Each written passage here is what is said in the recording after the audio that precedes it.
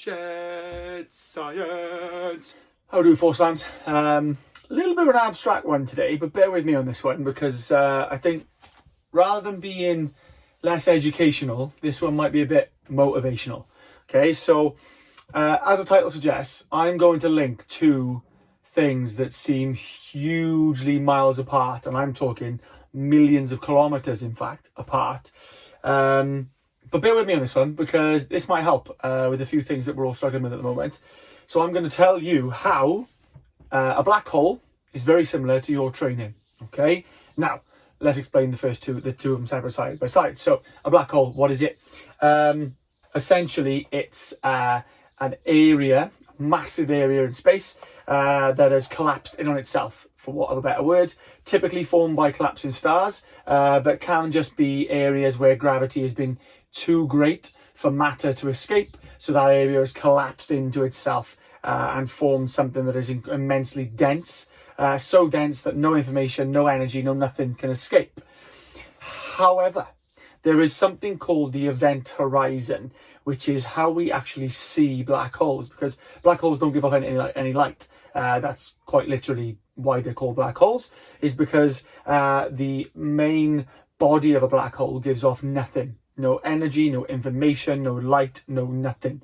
However, the event horizon is a swirling circle of energy that some of the energy or some of the particles that are measured as energy are allowed to escape, and therefore we see them as light or as heat or as infrared or some kind of wave particle that is given off by that black hole. Now, to leave that black hole, to leave the event horizon, the particles that are on that event horizon that do eventually get given off, they need to have a certain level of energy, or they need to apply a certain level of effort in a particular direction. Okay, now here comes the training part. Okay, so whenever we talk about training, if we're trying to achieve something, you need to apply a certain amount of effort to reach a certain threshold to cause an adaptation. Okay, so let's go strength.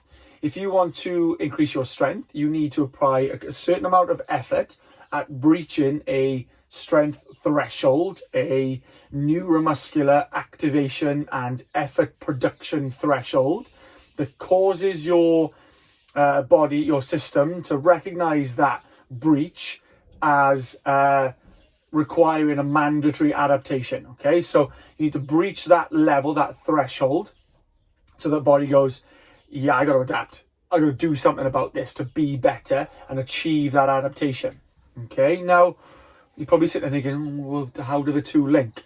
Right, if something wanted to leave the black hole that was a dense area of mass gravity that is just drawing everything tightly packed in together, it would need to produce a certain level of effort or have a certain level of energy that was above that of the draw of the attraction of the black hole. Now, I'm not a physicist. I know that's not 100% accurate if there are physicists out there. However, stay with me.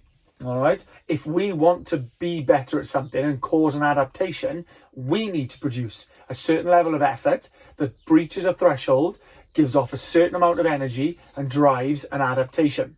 So if you want to escape your training black holes, you need to produce enough effort to drive an adaptation and physically change and do something. Okay. This is kind of motivational speak. This isn't up my field, really. Mine is, how do we physically do some kind of change?